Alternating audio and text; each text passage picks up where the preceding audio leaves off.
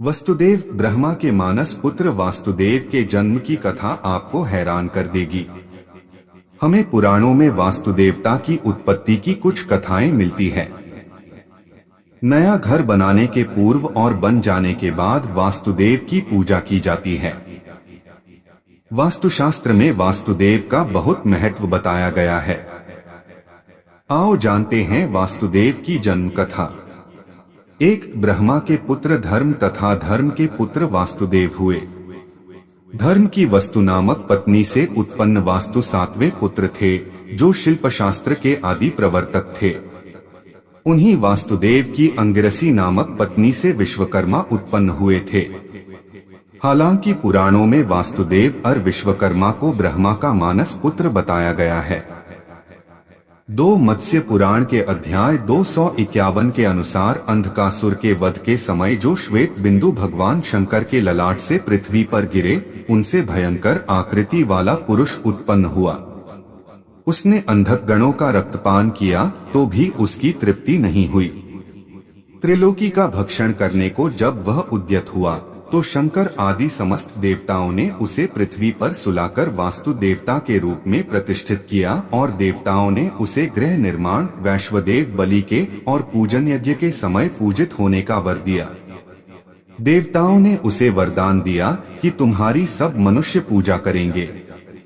तालाब, कुएं और वापी खोदने, गृह व मंदिर के निर्माण व जीर्णोद्धार में, नगर बसाने में, यज्ञ मंडप के निर्माण व यज्ञ आदि के समय वास्तुदेवता की पूजा का विधान है।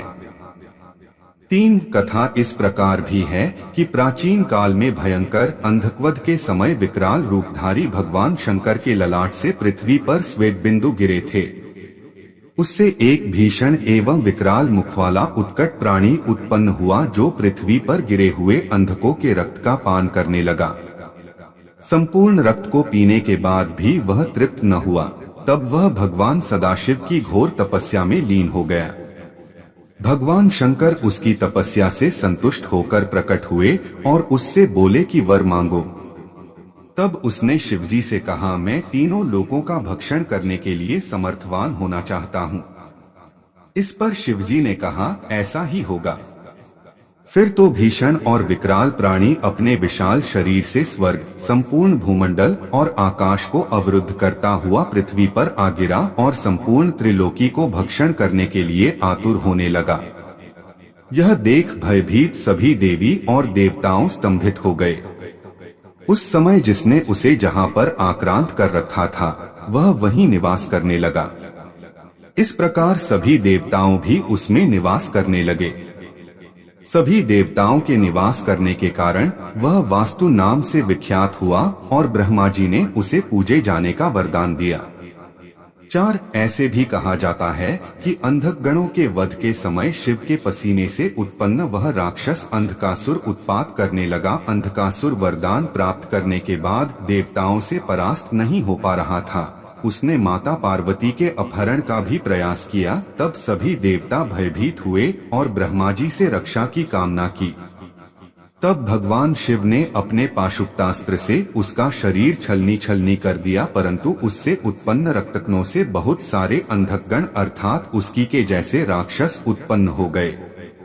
यह देखकर इन अंधकगणों का रक्त पीने के लिए भगवान ने मातृकाओं की सृष्टि की। इन मातृकाओं में से एक माता की उत्पत्ति भगवान विष्णु ने भी की, जिनका नाम शुष्करेवती था। शुष्करेवती ने सभी अंधकगणों का रक्त चूस लिया। यह वही अंधकगण राक्षस थे जिनका सामना वास्तु पुरुष से हुआ था। वास्तु पुरुष ने भी लोक माताओं के अलावा अंधकगणों का रक्तपान किया था, परंतु तृप्ति न होने के कारण उन्होंने त्रिलोकी का ही भक्षण प्रारंभ कर दिया। तब ब्रह्मा के आदेश से सब देवताओं ने उस राक्षस को परास्त किया और जमीन में औंधा गाड़ दिया। फिर देवताओं ने उसके शरीर में वास किया और वही वास्तु पुरुष या वास्तु देवता के नाम से प्रसिद्ध हुआ। ब्रह्मा ने उसे वरदान दिया। 5 वास्तु पुरुष की कल्पना भूखंड में एक ऐसे औंधे मुंह पड़े पुरुष के रूप में की जाती है, जिसमें उनका मुंह ईशान कोण व पैर नैऋत्य कोण की ओर होते हैं। उनकी भुजाएं व कंधे वायव्य कोण व अग्निकोण की ओर मुड़ी हुई रहती हैं। 6 भृगु, अत्रि, वशिष्ठ, विश्वकर्मा, मय, नारद, नग्नजित, भगवान शंकर, इंद्र, ब्रह्मा, कुमार, नंदीश्वर, शौनक, गर्ग, वासुदेव, अनिरुद्ध, शुक्र तथा बृहस्पति, इन 18 को वास्तुशास्त्र का उपदेष्टा माना जाता है।